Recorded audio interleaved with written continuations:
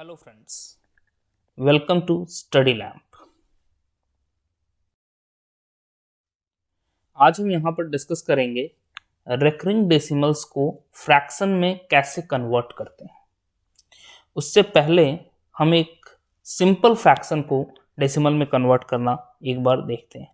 Suppose हमारे पास कोई fraction दिया हुआ है 0.6, उसे हम डेसिमल में कैसे लिखें, उसे हम ये डेसिमल में दिया हुआ है, इसे हम फ्रैक्शन में कैसे कन्वर्ट करेंगे। तो 6/1 और जितने डेसिमल प्लेस लिखे रहते हैं वो हम अपने 0 लिख देते हैं, ये बात आपको पता है। या सपोज 0.25 लिखा हुआ है तो हम क्या लिखते हैं, ये पूरा 25 ये ऐसे लिख देते हैं अपॉन 1 और जितने डेसिमल प्लेस रहते हैं उन्हें हम यहाँ पर उतने 0 लिख देते हैं। ये चीज़ आप जानते हो।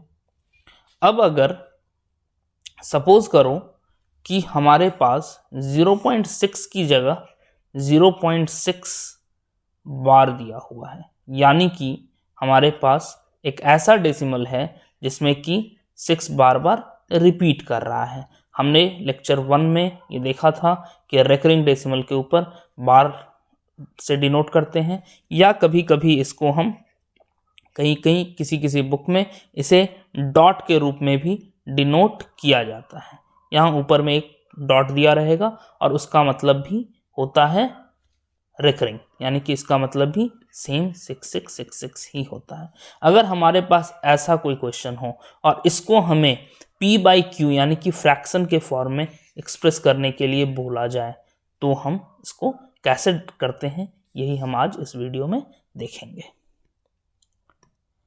तो सबसे पहला क्वेश्चन, सपोज हमने क्वेश्चन ले लिया 0.6 बार, तो यहां पर हम करेंगे let x is equal to 0.6 bar, ये है। तो x को हम लिख सकते हैं 0.6666 डॉट डॉट डॉट।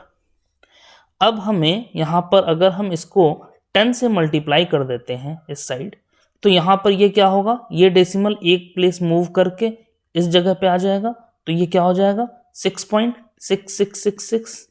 सेम ये अगर इसे हम इक्वेशन 1 मान लेते हैं और इसे इक्वेशन 2 मान लेते हैं, तो डेसिमल के बाद आप देखो कि डेसिमल के बाद सिमिलर चीजें हैं, तो हमेशा हमें ये ध्यान देना है कि हमें डेसिमल के बाद सिमिलैरिटी रहनी चाहिए, सेम चीज रहना चाहिए।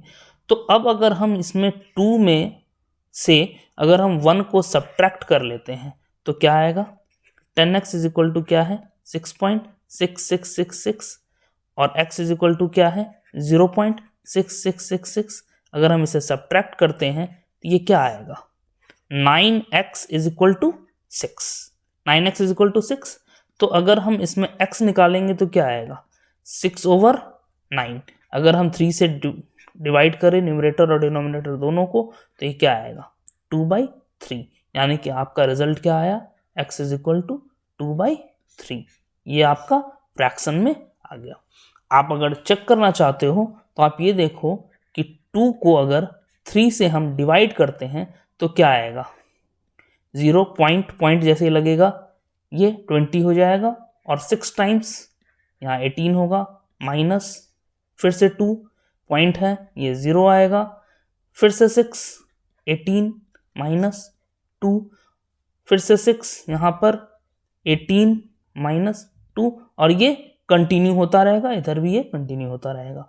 तो यही चीज है 2/3 हमारे पास क्या आ रहा था 0.666, तो 2/3 इज इक्वल टू 0.6 बार था, जो कि हम x लिए थे, यानी कि हमारा रिजल्ट सही है। क्लियर। अब हम एक और एग्जांपल इससे रिलेटेड, सपोज 0.352 बार है, तो यहां पर क्या करेंगे हम, let x is equal to 0.352 bar. अब चूंकि ये तीनों पर बार है, इसका क्या मतलब हुआ, x का क्या वैल्यू होगा 352 352 352। डेसिमल के बाद लगातार ये रिपीट करता रहेगा x। तो अब इसे मान लेते हैं हम इक्वेशन 1। अब अगर हम यहाँ पर 10x निकालते हैं, सपोज जैसा कि पिछले एग्जाम्पल में निकाला था, तो ये क्या आएगा, ये डेसिमल एक प्लेस ऐसे मूव करेगा और ये आ जाएगा 3.52 352 352 इस तरह से। लेकिन डेसिमल के बाद ये दोनों मैच नहीं कर रहा है, इसमें 352 और इसमें 52352 है। तो क्या करेंगे हम 100x करके चेक करते हैं। तो 100x करके जब चेक करेंगे तो क्या होगा, ये एक डेसिमल प्लेस और मूव कर जाएगा। तो यानी कि ये क्या हो जाएगा, यहाँ से एक डेसिमल प्लेस ऐसे मूव किया तो ये 35.2352 इस तरह से आएगा 100x में। फिर भी x के केस में यहाँ और इन दोनों को अगर हम कंपेयर करेंगे तो मैच नहीं कर रहा है, मैच यहाँ पर नहीं कर रहा है। तो हम क्या करेंगे, यहाँ पर फिर से हम एक और 10 से मल्टीप्लाई करते हैं।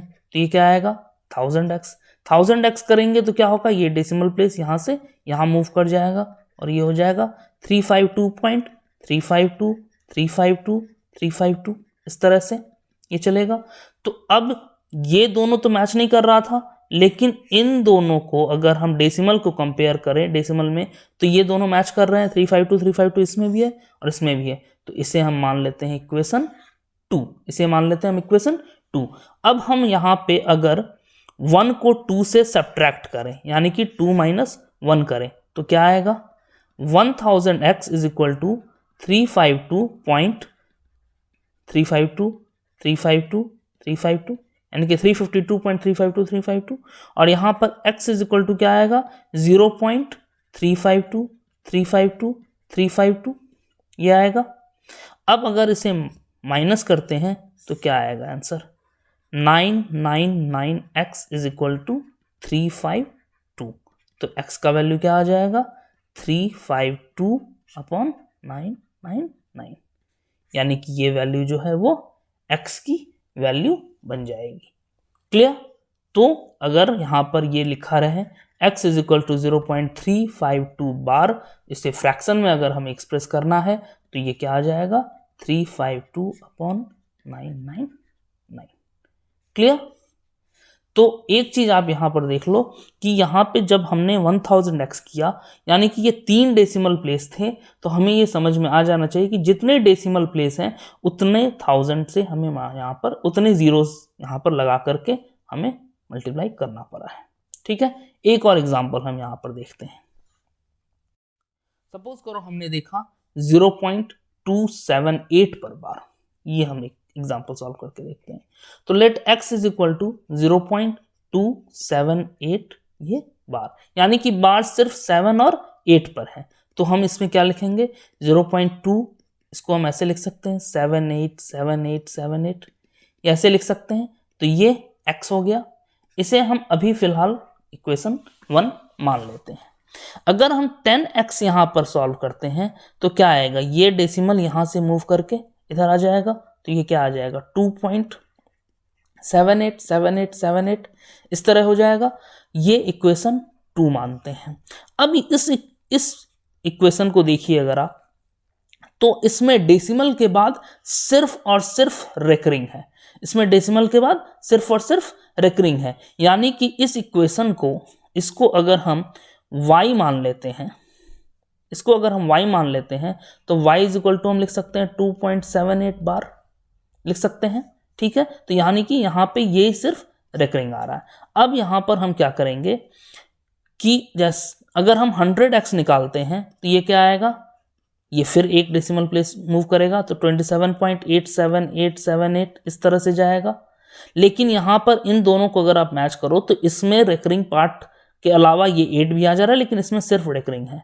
और अगर आप 1000x करते हो, इसे भी 10 से मल्टीप्लाई करते हो, तो ये क्या आएगा, ये एक डेसिमल ऐसे मूव कर जाएगा और ये हो जाएगा 278.787878 इस तरह से। इसे आप थर्ड इक्वेशन मान लो। अब आप इसे कंपेयर करो, अगर 10x इज इक्वल टू क्या है 2.787878, 1000x क्या है 278.787878।